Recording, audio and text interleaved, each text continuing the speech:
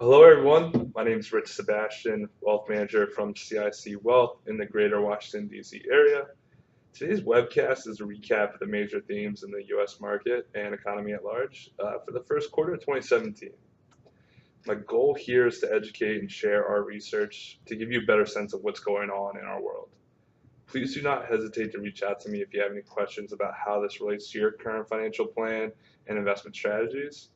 Also, please feel free to share this with anyone that you think would enjoy and benefit from the presentation. The research provided today is from my broker-dealer, Commonwealth Financial Network. Listed here are some of the major topics and events in the financial markets. We saw the Fed raise rates for the second time. The effect this has on bonds is a key issue we are mitigating for our clients that have and need an allocation to bonds. China reports their first trade deficit in 3 years. Snapchat goes public and jumps a surprising 44% after their initial public offering. The Republican majority Congress fails to repeal and replace the Affordable Care Act.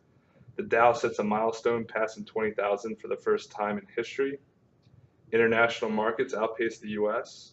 Supply-demand economics drive oil prices down. Treasury rates remain range-bound. And finally, the U.S. dollar remains strong against foreign major currencies. Here's a list of the topics that we'll be discussing today. So let's first start with the equity markets. This is what we call an asset quote. This details the performance of different asset classes and ranks them amongst each other. This is an essential description of why your investments need to be diversified amongst a variety of asset classes. We can't predict which one of these is going to be next year's winners. If we could, we would all be sitting on our yachts in the Mediterranean right now. What is important, though, is that you identify quality in each of these asset classes and allocate according to your appetite for risk.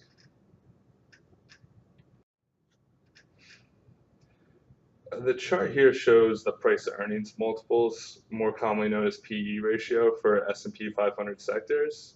The green diamond shows the median values, and the red dots are the current readings. As is evident from the chart, all areas are trading above their 10-year average currently. The large decline in energy prices has hit this sector hard, moving valuations above long-term averages and off the highs seen in the third quarter of 2014. The decrease in the denominator of PE earnings has pushed this ratio higher, suggesting that there may be further price declines before it reaches long-term averages. As a result, the current value was removed due to distortion of the chart. This chart shows the price to earnings multiples for various asset classes, domestic and international. The disparity as relative valuations can be seen as a sentiment indicator for various markets. Similar to the previous charts, many averages are trading above their 10-year average.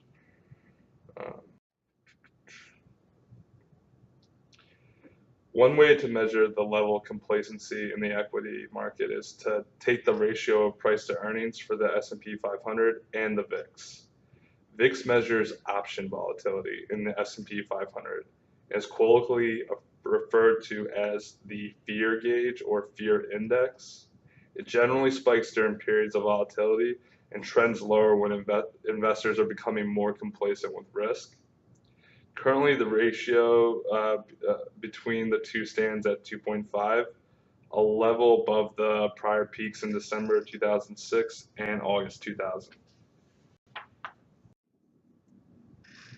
This is a follow-up on the previous chart, where each dot represents what's subsequent 3-year S&P 500 return was for each value of the market complacency index over the last 20 years. For instance, in December 2006, the market complacency index was at 2.49, and the subsequent 3-year S&P 500 return was negative 22.21%. There appears to be a strong negative correlation between elevated values in market complacency index and forward S&P 500 returns. Now we'll discuss fixed income, an important topic today as we've all seen interest rates reach their lowest level since its peak in 1981. The bond bull market has lasted almost 40 years now, and anxiety around how and when the Fed will raise rates has investors concerned. With America's largest generation retiring, this has gathered a lot of attention.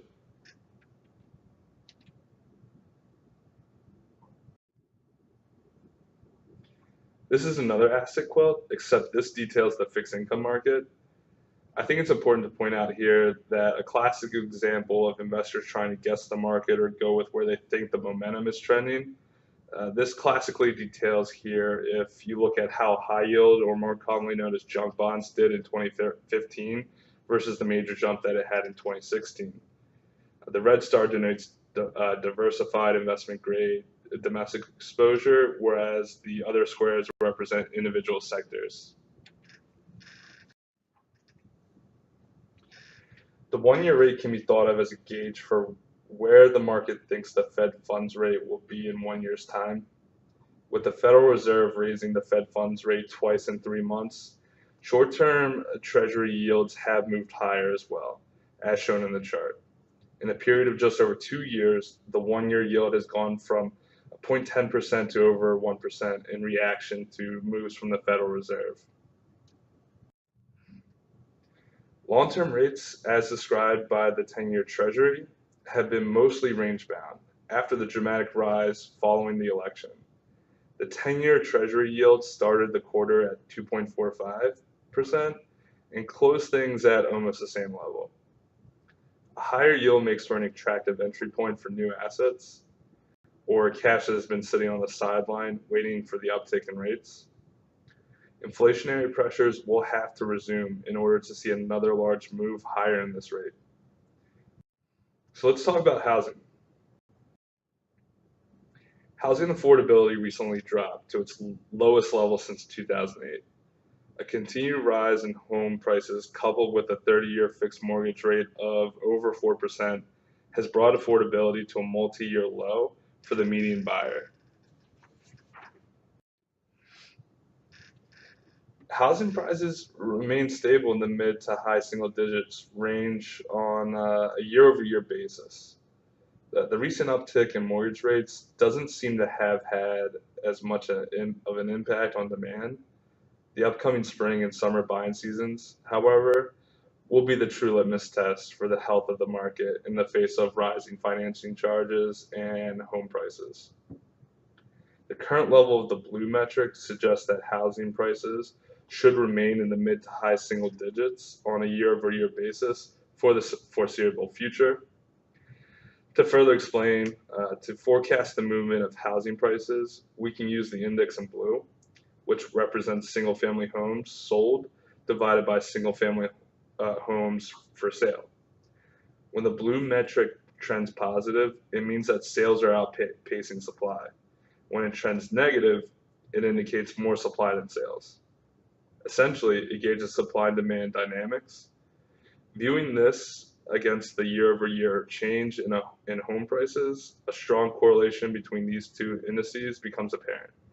Furthermore, the blue index tends to trend a few months ahead of housing prices, so it can be used as a leading indicator for prices in the single-family home market. A welcome sign for the housing market and prices is the dramatic drop in the percentage of homes foreclosed. The level currently stands at 1.5%, well above the peak experienced in October 2010. This is a helpful measure that reflects the overall health of the economy and labor market, since spikes in this metric often coincide with elevated levels of unemployment. Let's now discuss inflation and its relationship to the dollar. Investors and analysts alike seem very concerned with the prospect of inflation as a result of the Fed's open market operations and the increase in the money supply. One way to assess the likelihood of inflation is to use a metric called the velocity of money, which is the average frequency in which a unit of money is spent on new goods and services produced domestically in a specific period of time. Essentially, it is the amount of economic activity associated with a given money supply and can be calculated as GDP divided by the money supply. The velocity of money has been falling on a year-over-year basis. However, headline inflation has steadily moved higher, with a rebound in energy prices throughout 2016. Individuals often believe that increased money supply leads to inflation. The truth is, increased liquidity often leads to increased economic output, which should then lead to inflation. The most recent print of a year-over-year inflation was 2.7%, the highest level since March of 2012. Another way to assess price movements in the economy is to use the Atlanta Fed's core sticky CPI measure, which separates less cyclical items for more volatile ones. For instance, housing is a component of sticky CPI, and energy, a volatile area, is housed in the traditional CPI. As seen above, the stickier measures of inflation continue to move higher, with the last print returning around 2.67%. As mentioned last quarter, an important item to look at for in the next few months and quarters ahead is an uptick in headline inflation. The large decline in energy in late 2015, early 2016 dragged down the headline CPI number, establishing a low basis on a year-over-year basis for comparisons. As a result, with the increase in energy over the last year, the inflation numbers may come in higher than expected because they are compared with a low level established early last year. Something on everyone's mind since the last financial crisis and continues to be a concern is unemployment.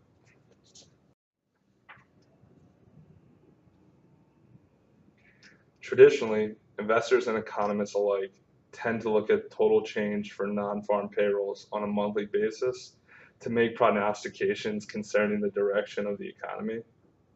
Commonwealth's asset management team has developed the metrics shown here, which is a slightly different way of looking at the same data. The diffusion index considers the 3-month change for each industry component of non-farm payrolls, such as financial activities, manufacturing, information, education, and health, and counts that number of positive values and then divides that number of industry sectors. For instance, if 3 of the 10 industry sectors are positive, then the index would have a return value of 30%. As is evident from the chart, this metric has done a fairly good job of determining past recessionary periods, which tend to coincide with a drop below 60% in the index. The index currently stands at 80%, which signifies growth in 8 out of 10 industry components. A positive sign for the economy, this reading is certainly a constructive development for the domestic economy, especially if it holds in the 70 to 100% range. The official unemployment rate, the U3, has been steadily declining for the last few years, with the last reported value standing at 4.7%. The U6 unemployment rate offers a broader measure of unemployment, and taking into consideration marginally attached workers and those working part-time for economic reasons. Marginally attached workers are those who have become discouraged and no longer are seeking employment, even though they are willing to work. The U6 measure currently stands at 9.2, the lowest level since early 2008.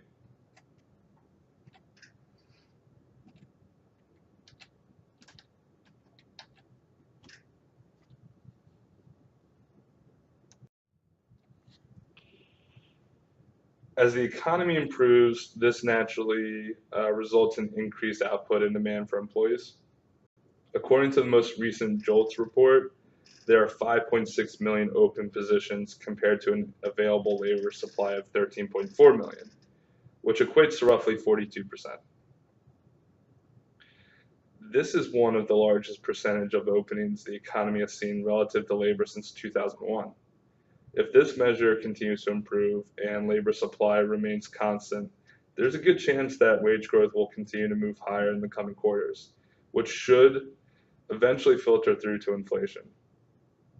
Available labor supply, uh, folks that are 16 years and over, is calculated by the Haver Analytics by summing the unemployed and those not in the labor force who report that they want a job now.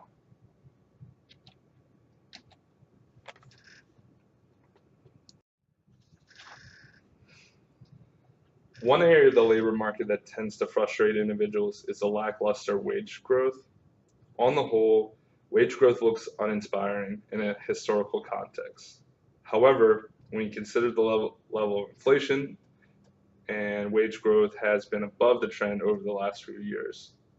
In short, the pace of wage growth relative to the increase in general prices in the economy on a year-over-year basis is above the average witnessed over the last half century.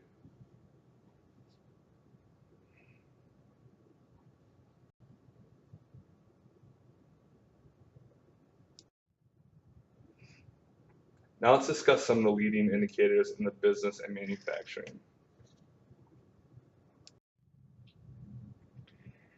Another proprietary index used by Commonwealth research team is an item called the Commonwealth Economic Activity Index. It's a broad measure of four components of the economy, including business cycle, consumer, employment, and housing. As seen in the chart levels below, the blue line have historically coincided with recessions. The index in general tends to do a good job of showing the cyclical nature of the economy over time, with periods of recessions reaching levels near 1 and hovering between 0 and 0.15 during recessions. After a bit of a lull in the second and third quarters, the index rebounded in the closing months of the year, which helps explain some of the rally witnessed in equity markets. Retail sales numbers and manufacturing help drive this index higher.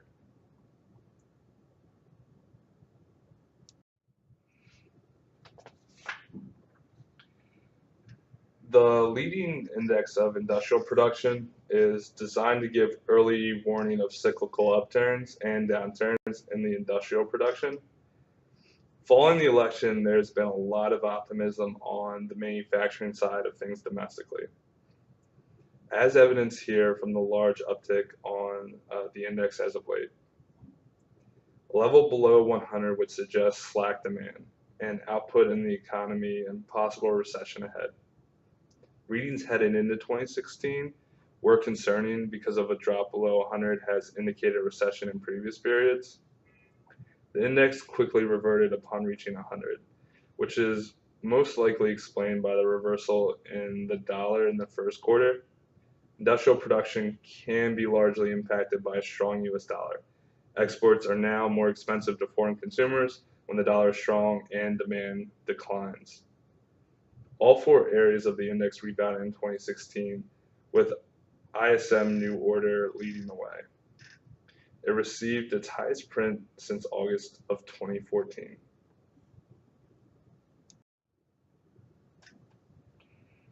The composite index of 10 leading indicators, similar to the Commonwealth Economic Activity Index, takes into consideration a number of data points, including initial claims, new orders, building permits, and consumer expectations. The index continues to increase on a year-over-year basis, albeit at a much slower pace than the previous quarters. An increase in the index is generally interpreted as a positive sign for the economy and suggests that the economic climate should remain positive for the next 6 months, barring no individualized shocks. The current level of expansion suggests continued growth over the foreseeable future at a muted pace. This particular metric is a much better gauge of the broad economic growth than the previous chart, though the two can be used together to offer more granularity into various areas of the economy. Gray areas represent recessionary periods.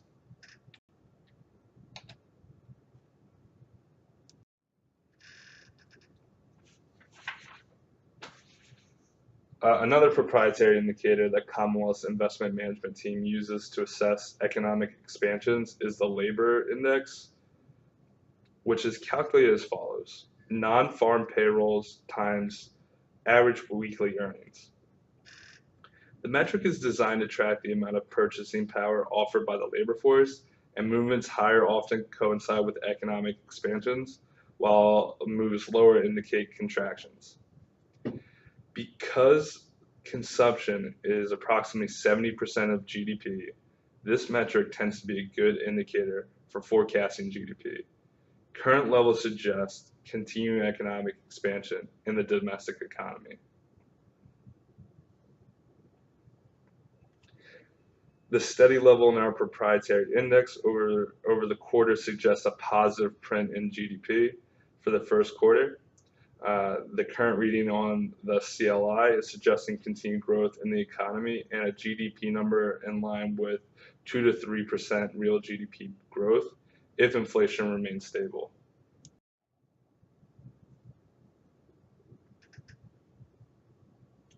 So finally, here are some of the conclusions. Employment growth remains very strong.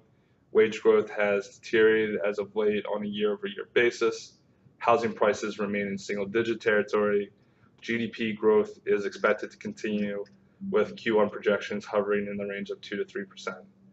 Economic indicators reverted higher from 2016 trough. Core sticky inflation numbers remain attractive. The Commonwealth Economic Activity Index turned positive, as did the diffusion index of payrolls. Industrial production should surprise to the upside in the coming months.